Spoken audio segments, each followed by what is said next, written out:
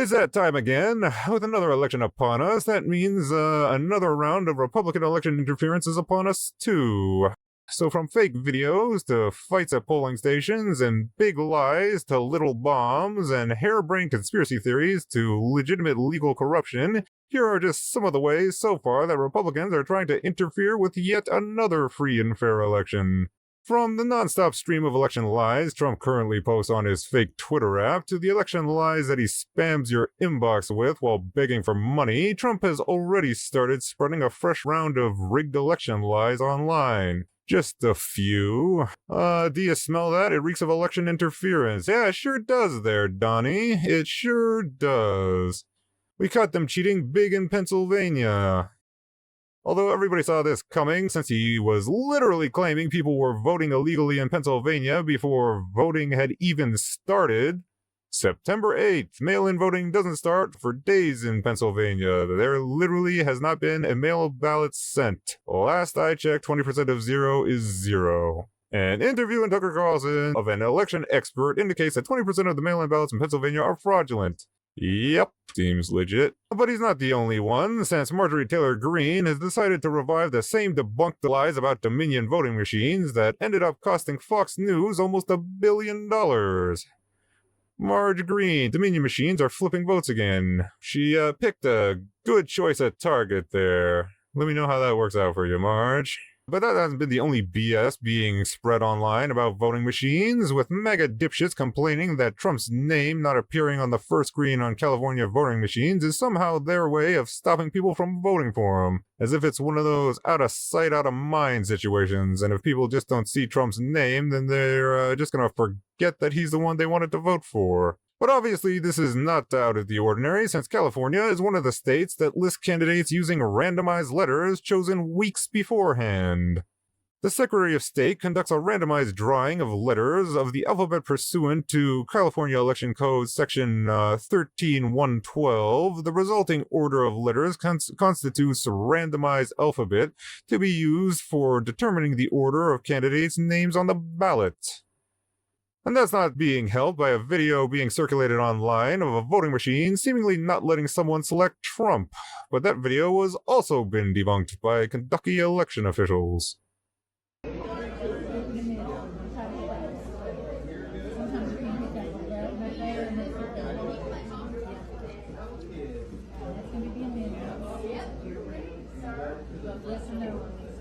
Hello, Kentucky. Former Deputy Clerk and Elections Administrator here. Rest assured, the below video does not depict any fraudulent activity or vote flipping. If you look closely, the voter is attempting to press the small checkbox located within the text. Consistently, the voter gently presses their finger on the thin border, which at times can cause an adjacent text box to highlight instead of the intended choice. Had the voter pressed the center of the text box, this would not have occurred.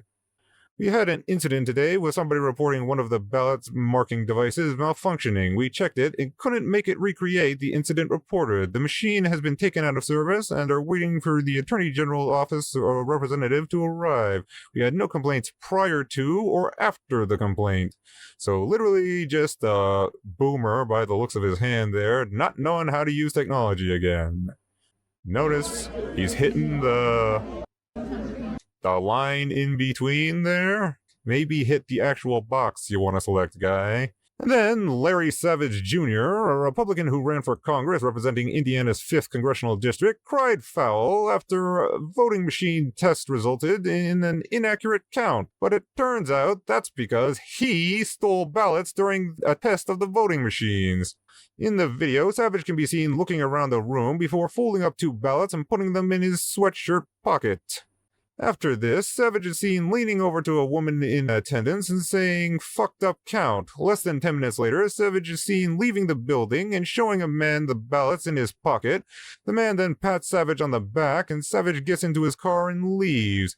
The woman Savage spoke with after the ballots were stolen was also streaming the event on Facebook Live. Soon after Savage leaves, the woman can be heard confronting election officials, asking them if they are missing ballots. After leaving, Savage reportedly joined the woman's Facebook Live on his Card Killer 57 account and commented several things, including 3 ballots short, LOL, and don't V-take anything? I think that's a typo, but whatever. Savage reportedly began blaming other Madison County officials for this becoming a criminal incident, telling officers that this is all political bullshit, is all it is. When told that security video did not show Savage ever asking permission to take the ballots, Savage reportedly admitted that he did not. He told officers that he thought he could take the ballots because they were marked sample. If you go to Payless or go wherever, it says sample and you usually can take a sample. So that's the way I look at it. I thought they were fake fucking ballots. However, officials noted that the ballots never said the word fake or sample.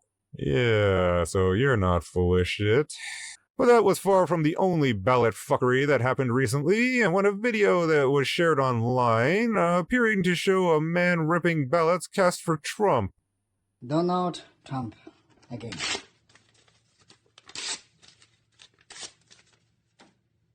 The only problem is that it was yet another fake video put out by Russia, with the FBI and US intelligence community releasing a statement debunking the video. The intelligence community assesses that Russian actors manufactured and amplified a recent video that falsely depicted an individual ripping up ballots in Pennsylvania. Judging from information available to the intelligence community and prior activities from other Russian influence actors, including videos and other disinformation activities, local election officials have already debunked the video's content. Russian activity is part of Moscow's broader effort to raise unfounded questions about the integrity of U.S. election and stoke division among Americans. And seems like they were successful. But that wasn't the only fake videos Russia's been spreading about voter fraud. In another widely circulated video, another guy with a weird accent says that he's from Haiti and that he and his buddies got a bunch of fake IDs and are driving around to multiple counties voting for Kamala Harris, which makes no sense because why would anyone doing this be showing their face and posting it online like, here I am committing a crime, come arrest me? But this one was also later debunked by the FBI and traced back to Russia. We are from Haiti. We came to America 6 months ago and we already have our American citizenship. We are voting Kamala Harris. Yesterday we voted in Gwinnett County and today we are voting in Fulton County. We have all our documents, driver's license. We invite all 18s to come to America and bring families. The FBI is aware of two videos falsely claiming to be from the FBI relating to election security, one stating the FBI has apprehended 3 linked groups committing ballot fraud, and the second relating to the second gentleman. These videos are not authentic, are not from the FBI, and the content they depict is false. Disinformation from foreign adversaries has become more and more of a threat. A fake video purportedly showing a Haitian immigrant voting multiple times in battleground Georgia has gone viral. Georgia's top election official Brad Raffensperger says it likely originated from Russia and has asked social media platforms to take it down. This comes after officials had to play defense on another fake video of a Pennsylvania voter ripping up ballots. Just not true.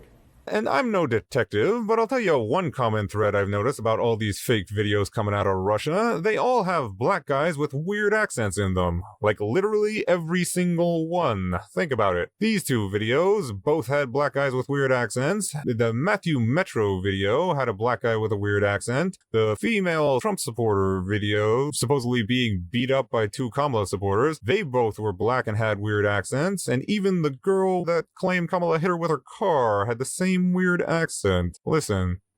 Donald Trump again. My name is Matthew Metro.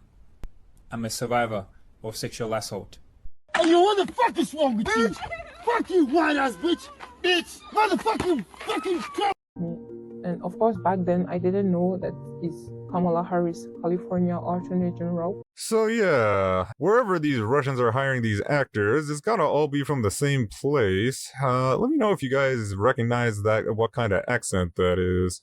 But now for some homegrown voting disinformation produced right here in the good old US of A. In a post that's now garnered over 10 million views, a person claiming to be a Canadian says that because the US doesn't require voter ID, they were able to drive across the border and vote. I am Canadian, but the USA doesn't require voter ID, so figured I would drive across the border and vote. Kind regards.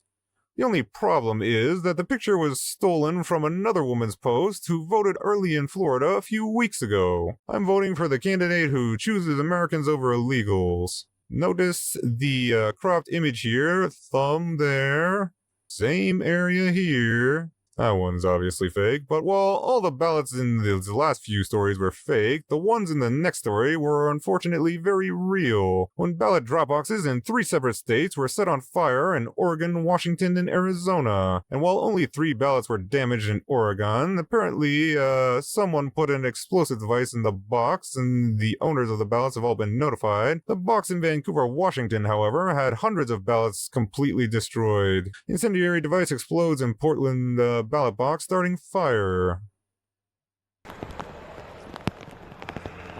And that's the one in Washington. Nothing suspicious about that. Gina, thank you. Just into the newsroom, new information on this mail collection box that was damaged overnight. Phoenix police say, yes, somebody lit a fire inside of it. It's a post office at 7th Avenue and Indian School. Phoenix Fire put out the flames. Police say about 20 ballots were damaged along with other mail. And as far as the one in Phoenix, Arizona, they found and arrested the guy responsible, but about 20 ballots were damaged in the fire. Dieter Clothkorn, 35, was booked into Maricopa County Jail on 1 count of arson. That guy is 35. And then there was this absolute moron who took it upon himself to play detective and harass a random postal worker just doing his job dropping off mail-in ballots. The man seen in the video is Charles Narciso, a 25-year veteran of the U.S. Postal Service and the acting postmaster, lawfully bringing ballots into the election office. Excuse me, how many ballots you turning in there? You're supposed to only turn in 1 ballot per person.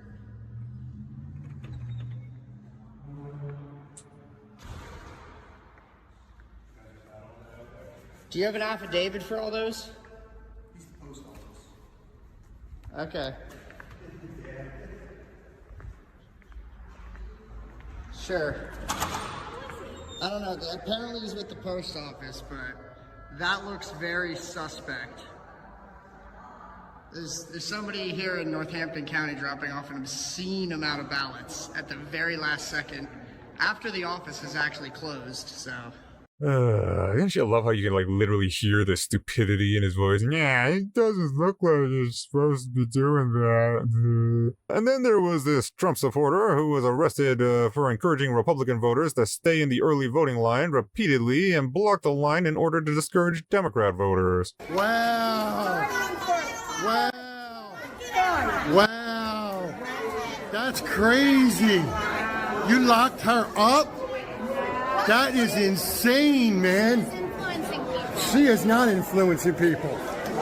She is not at all. And in an even more brazen attempt at voter suppression, an 18-year-old Trump supporter was arrested after antagonizing voters with a machete at a Neptune Beach polling location. Teen Trump supporter charged with threatening Harris backers at polling place with machete. There he is. Looks like he's stabbing somebody's sign there. All smiles there. Weirdly not all smiley in his mugshot. I'd be careful getting locked up with those DSLs you got there, Goldilocks. If you know, you know. And now switching over to the legal side of Republican election interference, Trump's maggot-packed Supreme Court denied RFK Jr.'s request to be taken off the ballot in Wisconsin and Michigan, all in the hopes that he'll siphon off a few more votes from the Democrats. And looks like they were successful since he has over 500,000 votes now. And then the Supreme Dumpster Fire decided to allow Virginia to resume purging thousands of voters off the voter rolls just days before the election. We have breaking news now from the Supreme Court, which is allowing the state of Virginia to move ahead with a purge of its voter rolls. This is after a lower court had found that the purge was happening too close to Election Day. Let's get more from NBC's Ken Delaney and fill us in here, Ken. Yeah, Anna, the conservatives on the Supreme Court are allowing this purge to go forward that not only a federal district judge but the appeals court deemed was illegal under federal law after the Justice Department sued Virginia. And the issue here is that federal law says you can't purge voter rolls within 90 days of an election.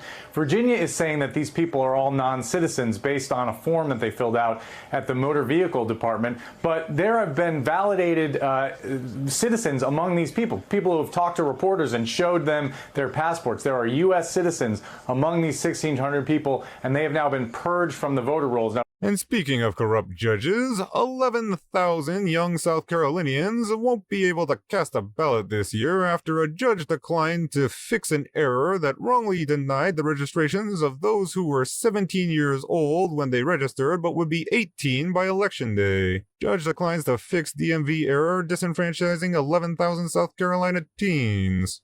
And then, after losing a lawsuit in state court, the RNC and Georgia GOP are suing in federal court to challenge mail-in ballot votes turned in by hand in some counties, but they're conveniently only challenging these ballots in 7 counties that are Democrat-leaning. There are Republican-leaning counties in Georgia offering the same service that aren't named in the lawsuit. Breaking news just coming in to the Situation Room. The Republican National Committee and the Georgia GOP are now suing to challenge absentee ballots that voters try to turn in by hand instead of through the mail in some counties. CNN political correspondent Sarah Murray is working this part of the story for us. What are we learning, Sarah? Well, Wolf, I think this is part of the Republican litigation strategy to try to challenge batches of ballots in states that they think are going to be very close, very hotly contested. And of course, Georgia is on this list. So what we are seeing from this new lawsuit filed in federal court is a Republican National Committee and the Georgia GOP challenging ballots, absentee ballots that are being delivered by hand by voters to election offices over the weekend. And what's interesting is they're challenging these ballots in 7 counties that are Democratic leaning. Now, there are Republican leaning counties in the state of Georgia who are offering this same service this weekend that are not named in the lawsuit. And now, both Florida and Texas Republicans have informed the DOJ that federal election monitors are barred from going inside their state polling places, which ain't a coincidence since both states are on the verge of flipping to blue and they know it, so naturally, cheating is their first and last resort. Florida tells DOJ their election monitors are not permitted inside polling places. Texas bars federal election monitors from state polling stations. And then here's North Carolina State Rep Andy Harris suggesting that North Carolina's legislature should convene and just award its electoral votes to Trump. You statistically can go and say, hey, look, you got disenfranchised in 25 counties. You know what that vote probably would have been, which would be, if I were in the legislature, enough to go, yeah, we got to convene the legislature, and we can't disenfranchise the vote. Yeah, we can't disenfranchise the voters in a few counties, so let's disenfranchise the entire state. That makes sense. And he's suggesting that little idea to Republican political operative Ivan Reichlin, who takes it one step further and suggests that not only should they do it in North Carolina, but they should just go ahead and do it in 5 other swing states too. This is literally them openly plotting to steal the election, if you haven't figured that part out yet. Have you thought of, and why aren't you calling on the state legislatures in the entire country to just go ahead and convene on November 5th to allocate their own state's electors? At a minimum in North Carolina, New Hampshire, Nebraska, Arizona, Georgia, and Wisconsin, so that those states guarantee that no illegals are voting? Then after earlier this year, new RNC chair Laura Trump announced that she'd picked Scott Pressler to lead its legal ballot harvesting in Pennsylvania, everybody knew there was going to be a shit ton of illegal ballot harvesting going on. Especially after one canvasser shouted him out in a post claiming that 180,000 Amish people had registered to vote in Lancaster alone. 180,000 registered new Amish voters in Lancaster, Pennsylvania. Huge thanks in part to Scott Pressler. Which is a wee bit fishy, considering the entire state only has an Amish population of about 93,000. So nobody was surprised when the district attorney announced that they had discovered 2,500 fraudulent voter registration applications in Lancaster. Good morning, everyone. District Attorney Heather Adams. On Tuesday afternoon, I was contacted by Krista Miller, who is our Chief Clerk of Elections, regarding potentially fraudulent voter registration applications that had recently been received by her office. At that time, she informed me that the Elections Office received approximately 2,500 applications at or near the deadline for registering to vote. While preparing to process these applications, staff noticed that numerous applications appeared to have the same handwriting, were filled out on the same day with unknown signatures, and some were previously registered voters, excuse me, and the signatures on file did not match the signatures on the application. So yeah, nothing fishy there. And by what I'm sure is pure coincidence, Scotty Boy immediately deleted a post proudly announcing that he had delivered voter registration packets to hundreds of Amish homes in Lancaster. Attention Lancaster, today we are delivering voter registration packets to hundreds of Amish homes. Tomorrow is the last day to register to vote. Huh, why'd you delete that one there, Scotty? Statement on Lancaster. It's been brought to my attention that Lancaster County has uncovered voter registration fraud operation. According to the report, majority of those 2,500 voter registration applications were turned in at or near the deadline and are dated August. You're going to prison, Scott. I would be very popular. Yeah, sure would. And then, the very next week, it was announced that almost 4,000 flawed ballots have been found in Philadelphia. It's Halloween, but this is no trick. Your vote may be at risk of not being counted. The County Board of Elections has received thousands of flawed ballots. Over 150,000 Philadelphians have already returned their mail-in ballot. I guess that's irrelevant at this point now. Not the flawed ballots, I mean her telling people to check their shit. I mean, that can't do that now.